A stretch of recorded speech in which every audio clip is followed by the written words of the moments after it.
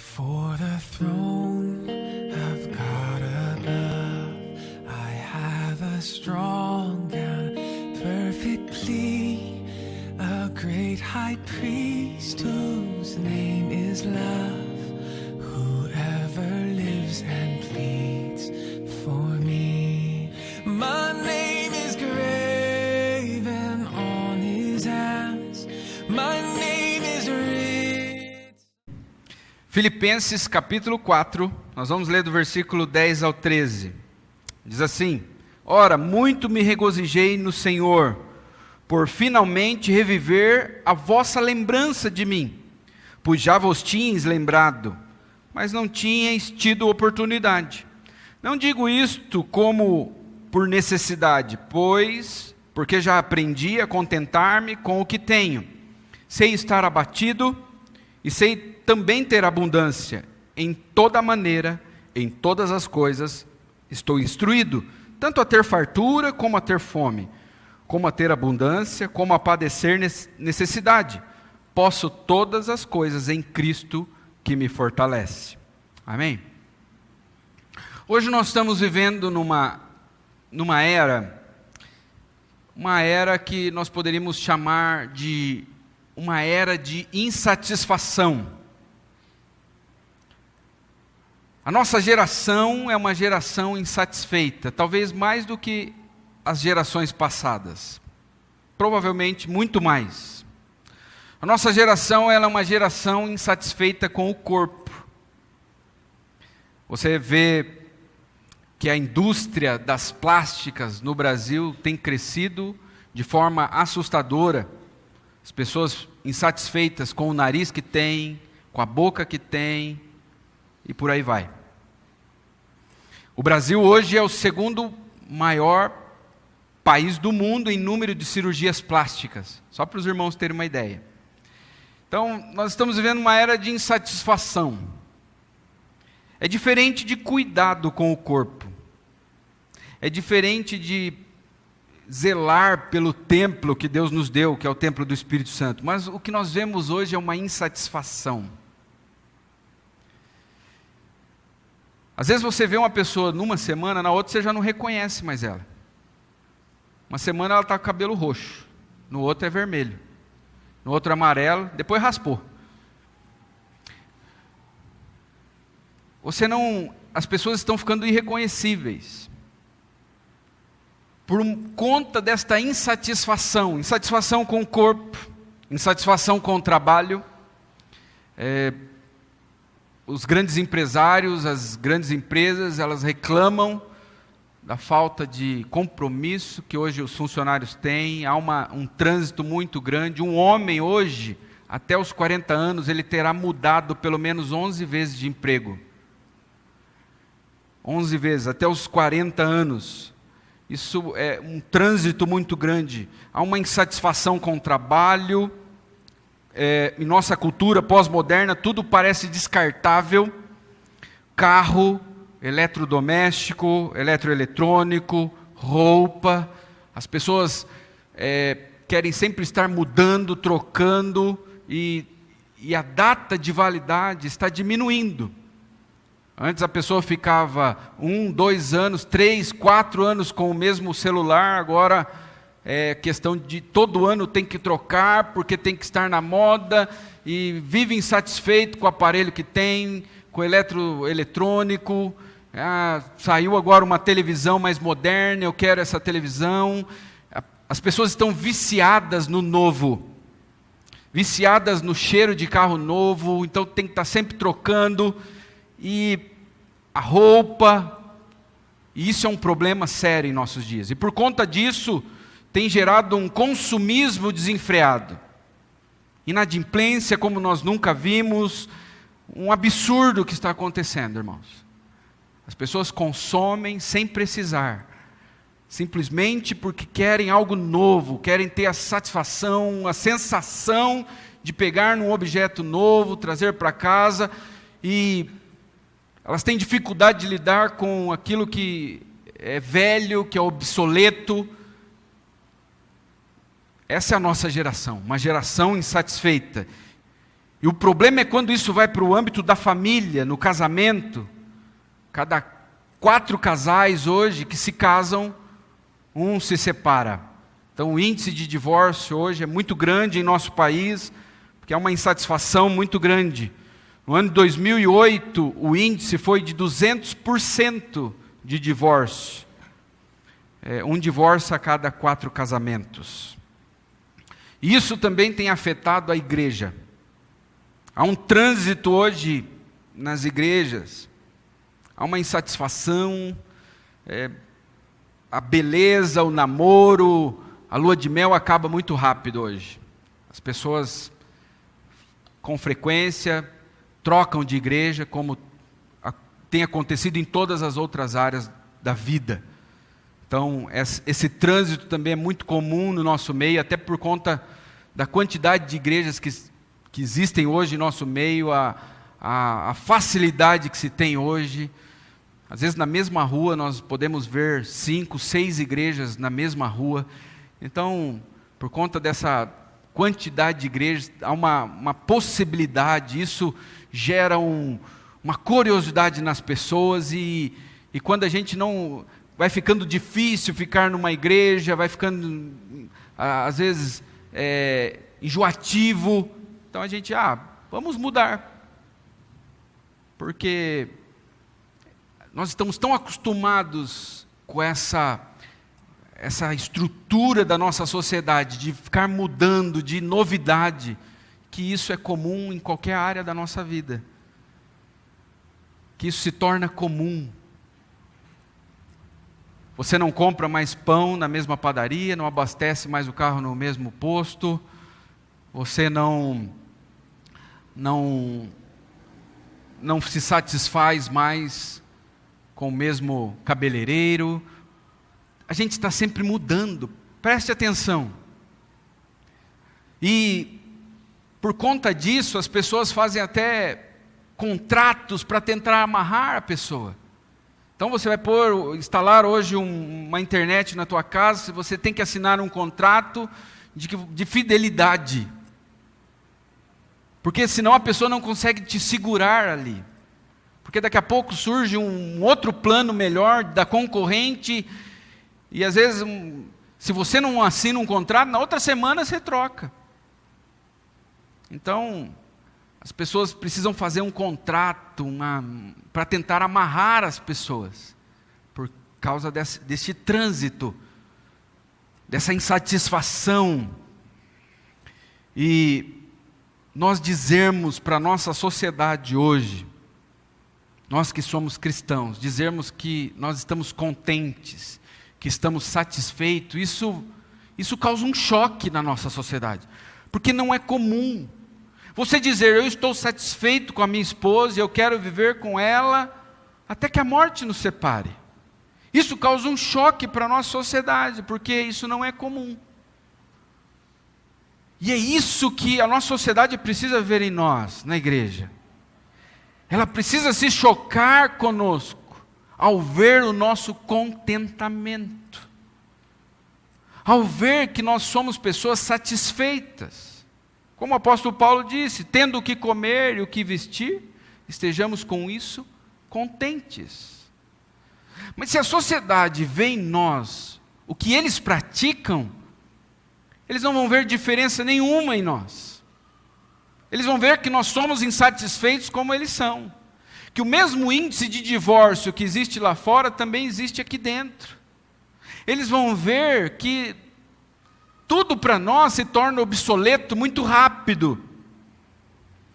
E hoje, no texto que nós acabamos de ler, nós vamos ver como o contentamento, ele pode causar um impacto tão grande na nossa sociedade. Quando Paulo escreveu esse texto, ele estava preso em Roma. E ele escreve essa carta para agradecer, é uma carta de gratidão. No versículo 10, olha o que ele diz. Ora, muito me regozijei no Senhor, por finalmente reviver a vossa lembrança de mim. O que Paulo está dizendo é, eu estou muito feliz porque vocês se lembraram de mim. E de que forma estes irmãos haviam se lembrado de Paulo? Eles mandaram uma oferta para Paulo. Eles se lembraram de Paulo colocando a mão no bolso e abençoaram a vida deste missionário. E Paulo diz: olha, eu estou feliz e eu quero agradecer porque vocês se lembraram de mim. E aí então ele vai dizer algumas coisas sobre o contentamento. Primeiro ele vai dizer qual a importância de estarmos contentes. Ele vai dizer nesta carta que o contentamento é algo muito importante para o reino de Deus. Porque o contentamento, ele trouxe um impacto na guarda romana, na guarda pretoriana. Filipenses 1,13 diz assim: de maneira que as minhas prisões em Cristo foram manifestas por toda a guarda pretoriana e por todos os demais lugares.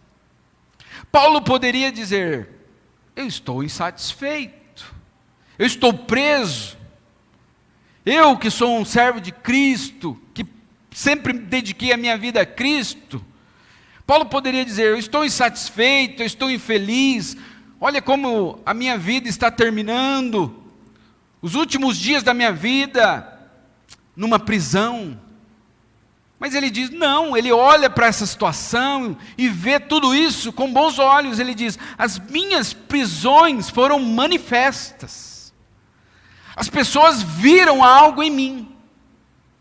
Elas viram que o meu contentamento não depende das circunstâncias. Se eu estou solto, eu estou feliz. Mas se eu estiver preso, eu também estou feliz. E isso foi visto por toda a guarda pretoriana, os soldados mais importantes do Império Romano. O contentamento é algo importante, pois glorifica a Deus, e ele chama a atenção da sociedade. É o que eu disse, quando a sociedade ver a igreja, ver em nós que nós somos pessoas satisfeitas, que nós temos dentro do nosso coração um contentamento santo, isso vai causar um grande impacto em nossa sociedade. E como nós podemos ser cristãos contentes? Versículo 11 diz: não digo isso por necessidade. Ele está falando das ofertas. Foi muito bom ter recebido, eu sou grato, mas eu não digo isso por necessidade. Porque eu já aprendi a contentar-me com o que tenho. Quem tem coragem de dizer isso hoje? Olha, eu estou satisfeito com a minha casa, com o meu trabalho, com o meu casamento, com a minha esposa, com meus filhos, com a minha igreja, até com o meu pastor, eu estou satisfeito com ele. Quem tem coragem de dizer isso hoje? Você percebe que não é algo tão simples e que a insatisfação está enraizada dentro de nós.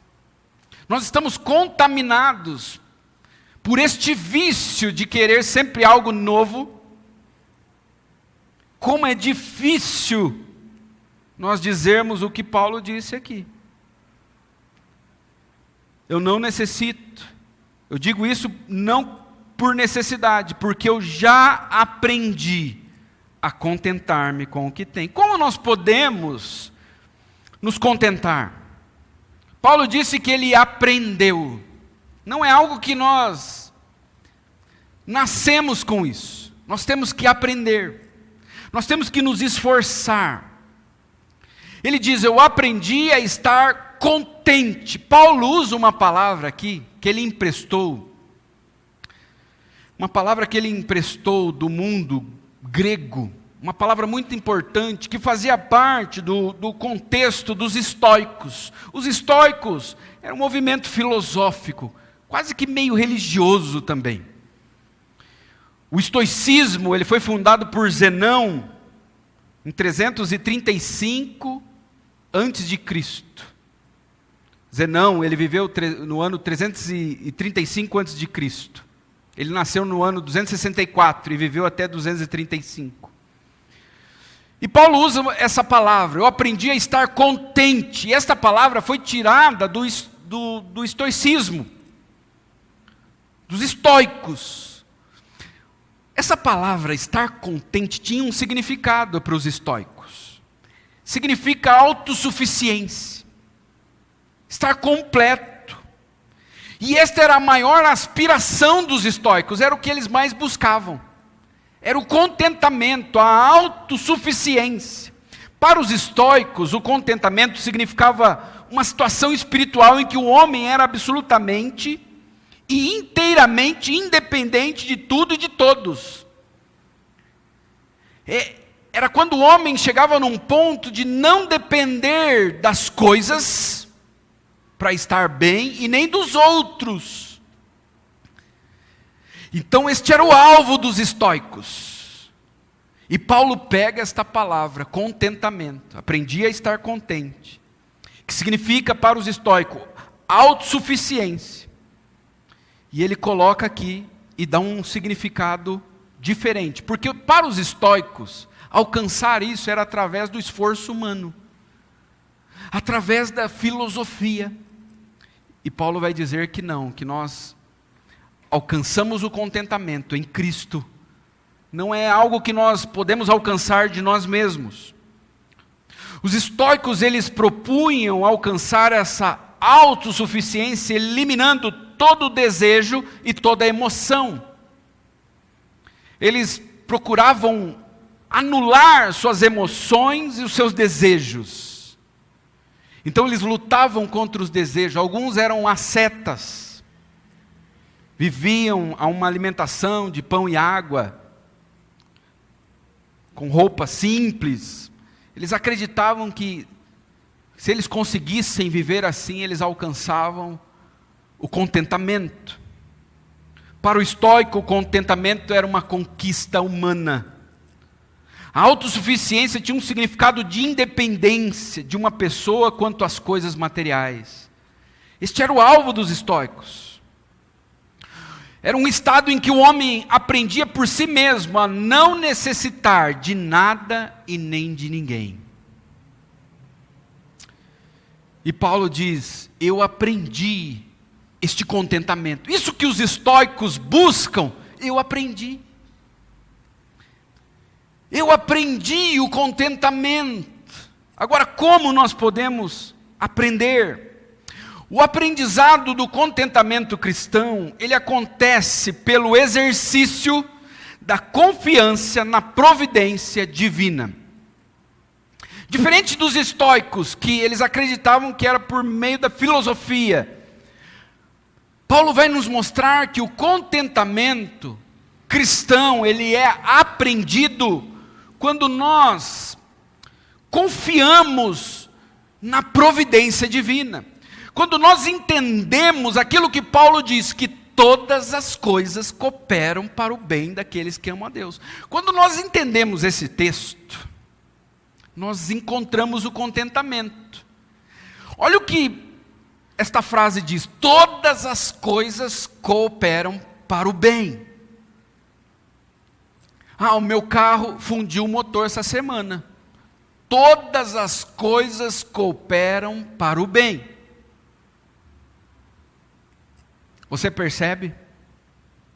Quando nós entendemos que Deus está por trás de tudo, e que tudo está nas mãos de Deus, que todas as coisas são controladas por Deus, até mesmo um pardal, ele não morre sem que Deus queira. Quando nós aprendemos a confiar na providência de Deus, nós aprendemos o contentamento. Paulo, ele aprendeu que Deus usa as dificuldades para o bem do Evangelho. Versículo 1 de Filipenses, capítulo 1, versículo 12, diz assim, e quero, irmãos, que saibais que as coisas que me aconteceram, o que aconteceu com Paulo? Prisões, apedrejado, açoitado, sofreu um monte, sofreu muito. E ele diz, eu quero, irmãos, que vocês saibam, que tudo isso que aconteceu comigo, todo esse sofrimento, contribuiu para maior proveito do Evangelho. Todo este mal teve um propósito. Tudo que aconteceu de ruim comigo, meu naufrágio, ele sofre um naufrágio perto da ilha de Malta. Será que Deus tinha um propósito ali, irmãos? Leia a história. Ele chega na ilha, aí eles vão fazer uma fogueira, e no meio dos gravetos tem uma cobra, venenosa e perigosa, e a cobra morde ele. E todo mundo diz, aí, tá vendo? Está amaldiçoado, escapou do naufrágio, vai morrer agora de picada. E ele pega a cobra e joga no fogo, e ele continua vivo, não acontece nada.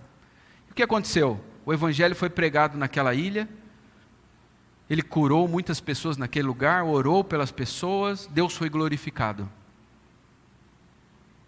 Agora, imagina você no meio do mar. Eles ficaram três noites, se eu não me engano. Ou mais. Mas foram dias no meio do mar e a coisa terrível. Imagine você lá no meio e entender assim, Deus está nesse negócio. Tudo isso aqui é para o meu bem. Imagina, você está no meio de uma tempestade.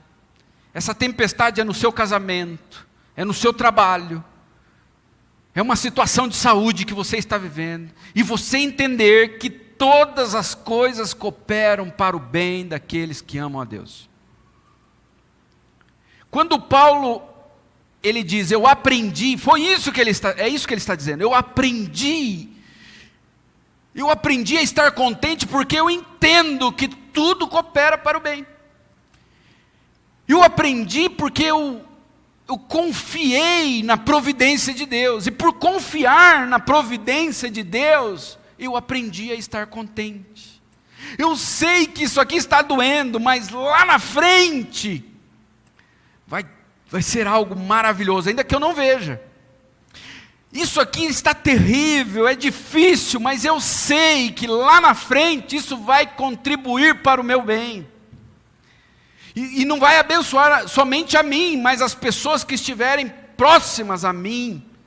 As prisões de Paulo contribuíram para que outros ouvissem o Evangelho, toda a guarda pretoriana.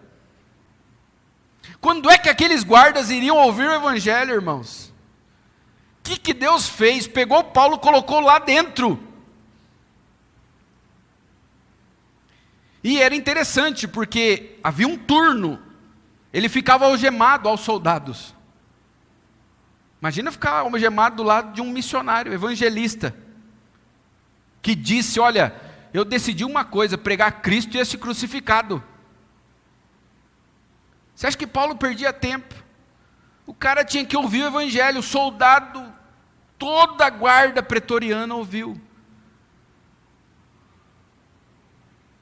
O contentamento é um aprendizado, é quando nós aprendemos a confiar na providência de Deus. Essa dor no dente tem um propósito, não é por um acaso.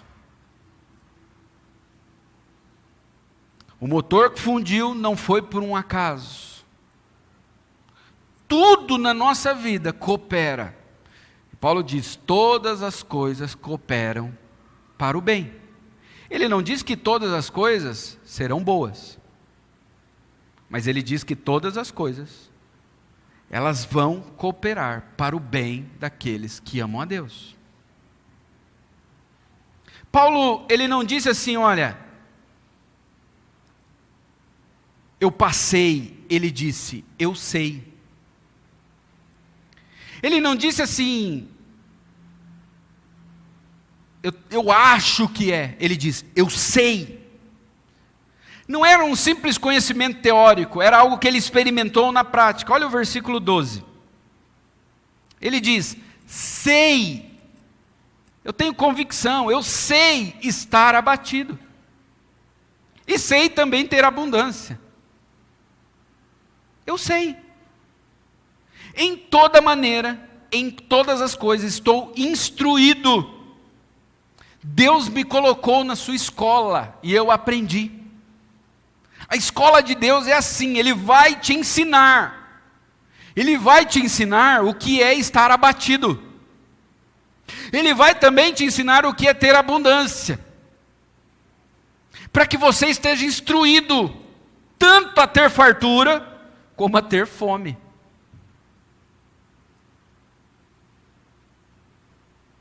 Uma vez eu disse isso para um amigo. Né? Deus pode.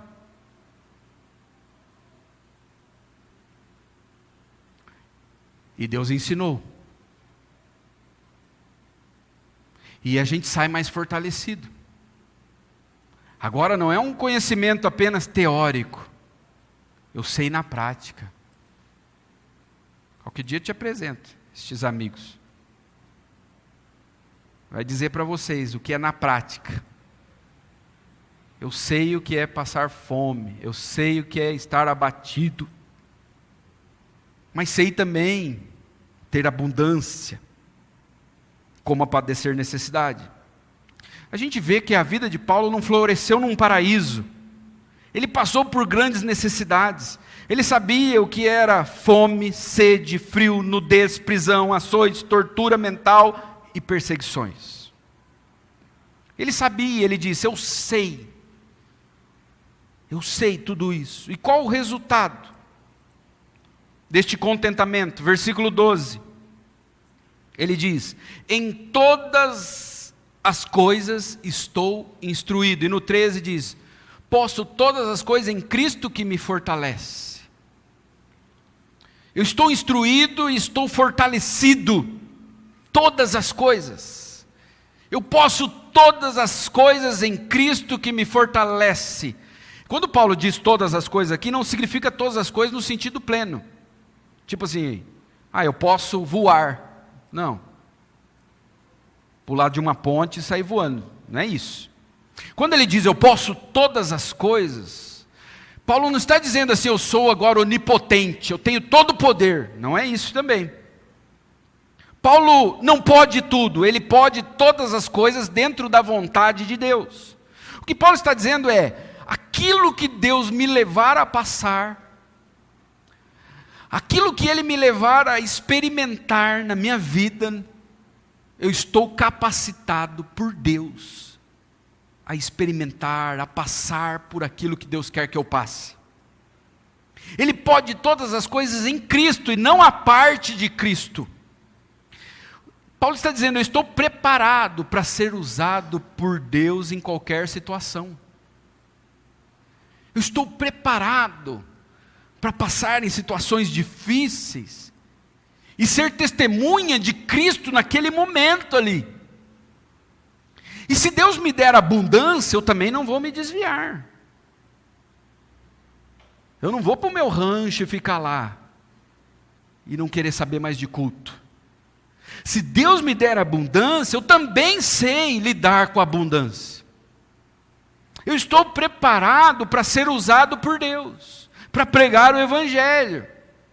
Hoje uma das maiores preocupações quando nós enviamos um missionário, preparamos um obreiro, não é o conhecimento teológico, isso é muito importante, é essencial, ele tem que ter um bom conhecimento, mas a nossa preocupação é, será que ele aguenta? Essa é a pergunta. E não precisa ser longe não. Vamos enviar alguém lá para o Gasparini, vocês se lembram como que foi esse processo? Quem é que aguenta ficar lá? Essa é a pergunta. Quem é que tem coragem de pegar o touro pelo chifre? A questão é essa. Vocês percebem o que Deus fez com Paulo? Ele diz, eu estou preparado. Eu estou preparado. Se Deus me enviar para a África, para um lugar bem pobre da África, eu estou preparado para pregar o Evangelho lá. Agora, se Ele me levar também para um outro país, abençoado financeiramente, eu também estou preparado. Se eu tiver que comer só pescoço de frango, eu estou preparado. Eu me lembro quando eu fiz o seminário, a gente estava sendo preparado para o campo missionário, Então tinha um dia de treinamento lá que a gente tinha que comer com a mão. E era um preparo para trabalhar com... Existem alguns povos, vários povos, que comem com a mão, e o mais interessante, é tudo numa bacia só, num prato só. Eu me lembro de uma menina que ela não aguentou, quase desmaiou, vomitou. E aí a gente foi para a Bolívia. Eu fiquei um mês na Bolívia. E essa jovem que foi com a gente, ela era de uma família muito rica. O pai dela tinha avião até. Era uma menina muito... Ela ficou um mês comendo Elma chips na Bolívia. Porque ela não conseguia comer o que eles comiam ali. E nós ficamos numa cidade muito pobre. E se você fosse ver mesmo como eles faziam a comida, você não comia. Então você tinha que estar preparado. E no final do estágio, né, ela reprovou, claro, ela não tinha como ser missionário só comendo Elma chips. Mas eu mesmo cheguei a uma conclusão, falei, gente, eu não estou preparado para viver num campo com um grau de dificuldade tão grande como esse. 50 graus de calor, sem água, nós tínhamos água só 1 hora por dia, sem energia elétrica, então não tem ventilador nem água gelada. Numa cidade de 5.000 habitantes, sem asfalto. Vocês percebem que às vezes as dificuldades que nós enfrentamos é um preparo para que Deus nos leve a certas circunstâncias, a certos lugares. É Deus nos forjando. E isso não só na questão que eu falei aqui de alimentação, de você se adaptar a uma cultura diferente. Mas é estar preparado para certas lutas, dificuldades que vão vir. Então Deus vai nos forjando. Foi isso que aconteceu com Paulo. Tinha momentos que ele estava no palácio pregando para reis, e outra hora ele estava numa prisão. Então ele diz, eu estou preparado para ir a qualquer lugar. Paulo está preparado para fazer qualquer coisa por amor a Cristo, até mesmo morrer por Cristo. E qual é a fonte do contentamento? De onde ele vem? Paulo diz, versículo 13, posso todas as coisas em Cristo, que me fortalece. A razão da fortaleza do apóstolo Paulo não está na sua idade. Sabe por que eu posso todas as coisas? Porque eu sou um homem maduro, eu já tenho mais de 60 anos, não foi isso que Paulo disse.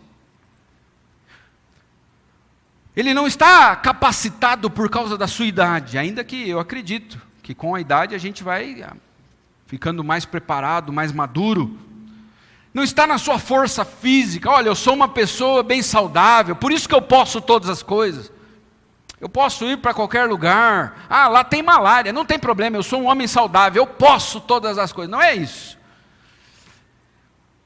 Paulo não está confiando na sua força física, não, eu posso todas as coisas porque eu estudei aos pés de Gamaliel, eu sou um dos maiores teólogos vivos hoje, eu escrevi 13 cartas do Novo Testamento, não foi isso que Paulo disse, a sua confiança não estava na sua teologia, não, eu posso todas as coisas porque eu sou influente, eu conheço gente importante, não, eu posso todas as coisas porque eu tenho dom, eu sei escrever bem, eu sei pregar bem, não foi isso que Paulo disse, ele disse, eu posso todas as coisas em Cristo, é por causa de Cristo,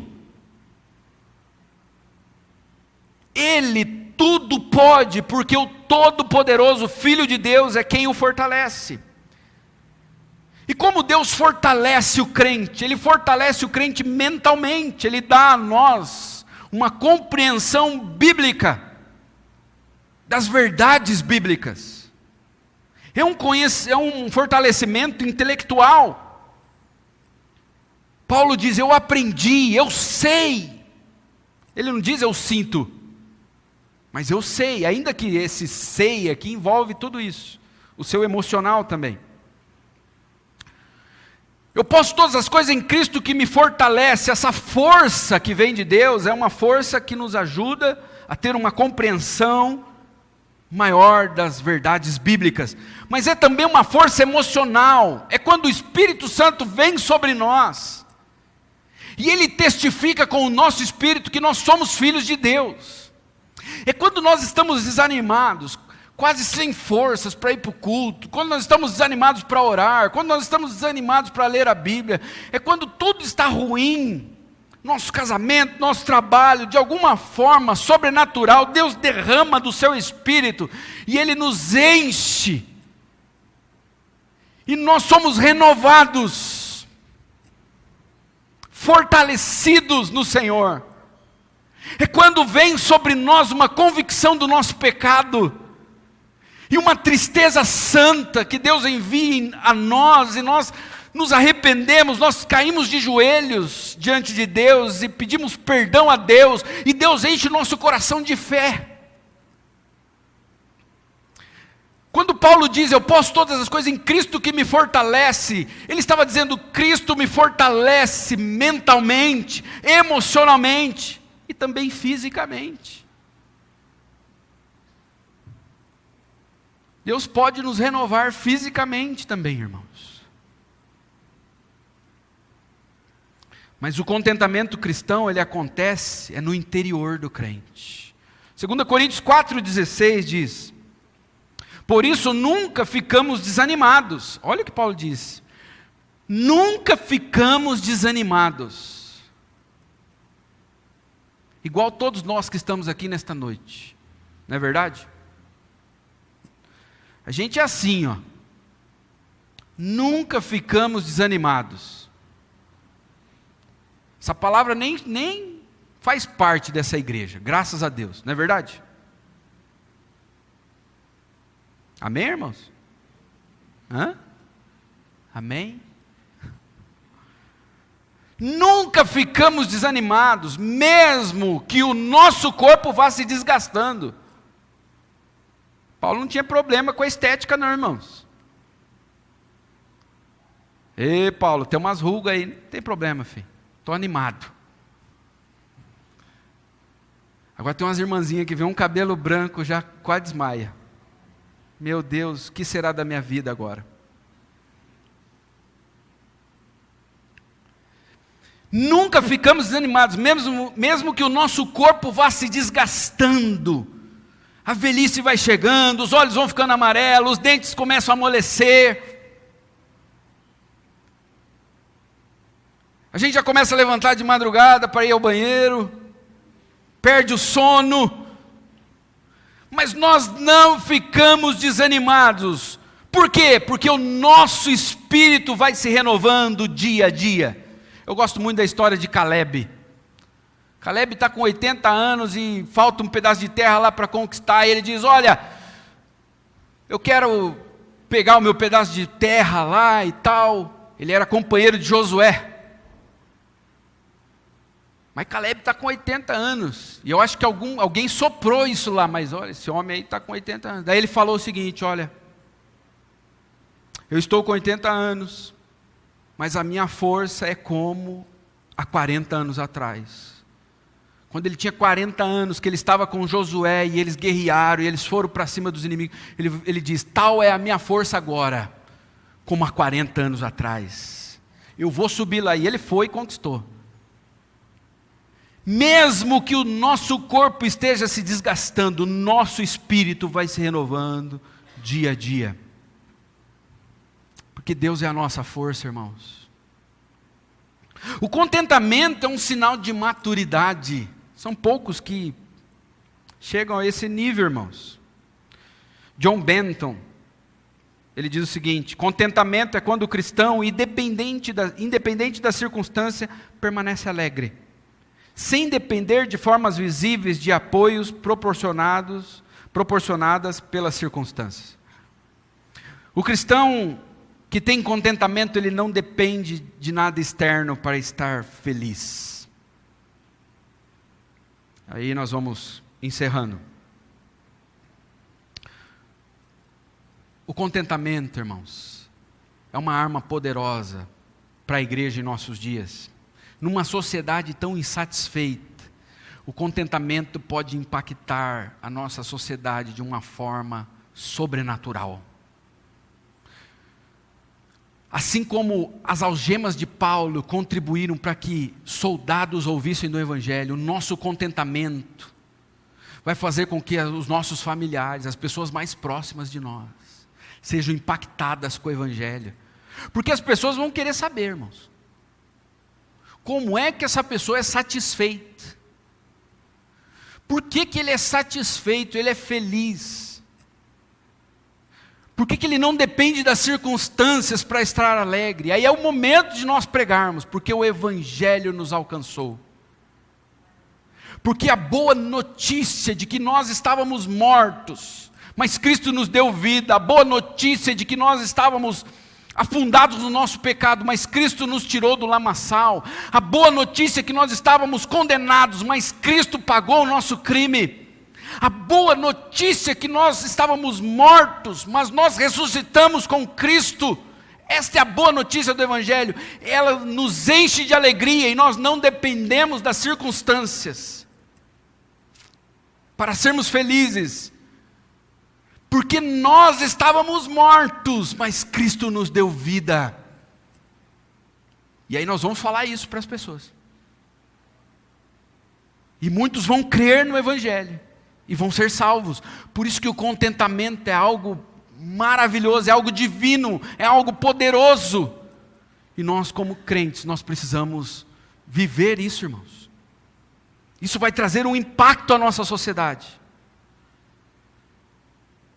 E nós temos que entender uma coisa, que o contentamento cristão é algo que nós aprendemos. Nós temos que aprender a confiar. Se você está vivendo um momento difícil na sua vida, entenda uma coisa: Deus está nesse negócio. Nada foge do controle de Deus. Nós temos que aprender isso. Nós temos que aprender que todas as coisas cooperam para o nosso bem. O contentamento cristão nos prepara para qualquer coisa por amor a Cristo. E a fonte do nosso contentamento é Cristo, irmãos. É Cristo. Tem um hino que chama Cristo Satisfaz. Olha o que ele diz: riquezas não preciso ter, mas sim celeste bem, nem falsa paz, ou vão prazer, porquanto o crente tem eterno gozo no Senhor, por desfrutar o seu amor. Com Cristo estou contente, Ele me satisfaz. Com esse amor do Salvador, agora estou contente, agora estou contente. Algumas pessoas em nossas sociedades vivem insatisfeitas, porque dentro delas há um vazio. E elas estão sempre procurando algo para se agarrar, para se sentirem completas, para se sentirem felizes. Por isso elas fazem plásticas no corpo. Por isso elas casam 5, 10 vezes. Porque elas estão à procura de algo. Por isso que elas trocam de carro constantemente. Por isso que elas estão sempre mudando. Mas nós cristãos, irmãos, nós temos o maior motivo para estarmos satisfeitos. Nós temos Cristo. Por que que alguns de nós vivem insatisfeitos? Sabe uma coisa? Que a Bíblia nos ensina, que nós precisamos crescer no conhecimento. Nós precisamos aprender mais de Cristo. Muito da nossa insatisfação está relacionado ao nosso conhecimento de Cristo. Talvez você é uma pessoa insatisfeita, não é porque você não tem Cristo, mas é porque você conhece pouco do Cristo que você tem. Por isso que Paulo ele ora para que a igreja cresça no conhecimento, compreenda o amor, a profundidade, a altura, a largura do amor de Deus por nós. Nós temos que aprender mais de Cristo. Paulo disse: eu aprendi. E ele aprendeu porque ele aprendeu a confiar, a saber que Deus está no controle. Agora, muitos estão insatisfeitos mesmo, irmão, porque realmente não têm a Cristo. Muitas pessoas estão infelizes e buscam em tudo serem preenchidas porque não têm a Cristo. Elas buscam satisfação no relacionamento amoroso e vivem frustradas, porque ninguém é capaz de nos preencher como Cristo. Elas buscam no trabalho, na profissão, e são frustradas, porque nada disso vai nos preencher. O apóstolo Paulo disse: eu posso todas as coisas em Cristo que me fortalece. Eu aprendi a estar contente em toda e qualquer situação. Talvez você está aqui nessa noite, e o que falta para você não é uma esposa ou um marido. O que falta para você não é mais dinheiro. O que falta para você não é uma promoção no seu emprego. O que falta para você é Cristo. Cristo. E Ele está aqui nesta noite. E Ele quer te salvar. Pastor, como eu faço? Clame a Ele nesta noite. Fala: Cristo, me salve. Eu sou um homem ou eu sou uma mulher pecadora. E eu tenho buscado em tantas coisas preencher o vazio que está no meu coração, e nada disso tem me suprido, Deus. E eu tenho feito até coisas horríveis por causa disso. Mas hoje eu quero me entregar ao Senhor. A tua palavra diz que o Senhor é o pão vivo que desceu do céu, e quem comer deste pão jamais terá fome. Eu quero comer então deste pão que sacia a minha fome. A tua palavra diz que o Senhor é a água viva, e quem beber desta água nunca mais terá sede. Então diga para Cristo nesta noite: eu quero beber do Senhor. Eu quero que a minha sede seja saciada nesta noite. Agora, se você já é crente em Jesus, mas tem lutado com a insatisfação, ore a Deus nesta noite: Senhor, eu quero ver mais da beleza de Cristo. Eu quero compreender mais sobre Cristo. Eu quero confiar mais em Cristo. Enche o meu coração de fé nesta noite, Senhor, para que eu creia mais em Cristo. Derrame arrependimento em meu coração, para que eu me arrependa dos meus pecados, ó Deus. Pecados que têm sugado a minha energia, que têm tirado o meu vigor espiritual. E por causa disso eu sou uma pessoa infeliz, insatisfeita. Me ajude, Senhor, nesta noite. Cristo está aqui, irmão. Ele quer te salvar. Ele quer te levar a uma experiência que você nunca viveu, a um degrau a mais. Ele quer que você o conheça. Ele quer se revelar a você. Busque Ele enquanto você pode achá-lo. Não deixe para amanhã. Buscai o Senhor enquanto Ele está perto. Hoje é dia, mas a noite logo vem. Busque o Senhor enquanto é tempo. E a sua vida nunca mais será a mesma. Vamos orar. Before the throne of God above, I have a strong and perfect plea, a great high priest whose name is love.